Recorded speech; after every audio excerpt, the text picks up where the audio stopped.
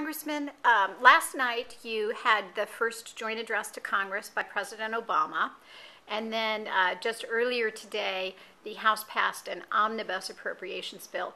Do those events have any connection to each other, and what is your opinion about both of them? Well, the omnibus, is part of what he talked about last night, is an 8% increase over last year's spending, which is several times the rate of inflation. When we have huge deficit problems, we shouldn't be increasing government spending. I voted against it, of course. It's not what the average American person wants. They want us to behave responsibly as they have to behave. And, you know, it's a tragedy that we voted this big spending bill. We should have kind of set a mark that we really do intend to be responsible. The headlines yesterday morning, I think, were that Obama pleads for fiscal responsibility.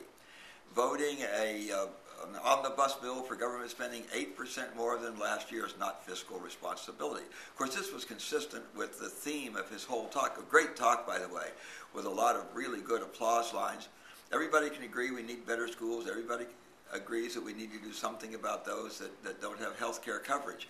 But, you know, between the lines was the assumption that the solution to these problems is ever bigger and bigger government and more spending. I lived through the Great Depression. It didn't work then. It didn't work when Japan tried it. It won't work now. What we're doing is simply mortgaging the future of our kids, our grandkids, and our great-grandkids. If you think about it, what we're doing is really very selfish. We're trying to solve these current economic problems, which we created, by burdening the future of generations yet to be born. We cannot live on current revenues. And so what we're doing is borrowing from our kids, our grandkids, and our great-grandkids' future.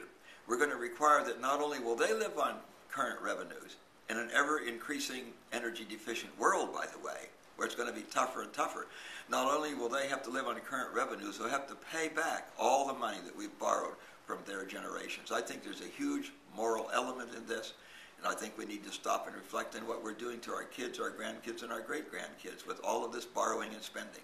What is a better solution that you would propose? Oh, I think that if we believe in free markets, we ought to believe in free markets. We ought to let the market work. There are some poor performers out there. They will be punished. They will be weeded out. And history indicates that if you let that happen, the economy will come back. We're a great, resourceful people. America will stand strong and tall again. But, you know, but we shouldn't drag this recession out like we did the Great Depression.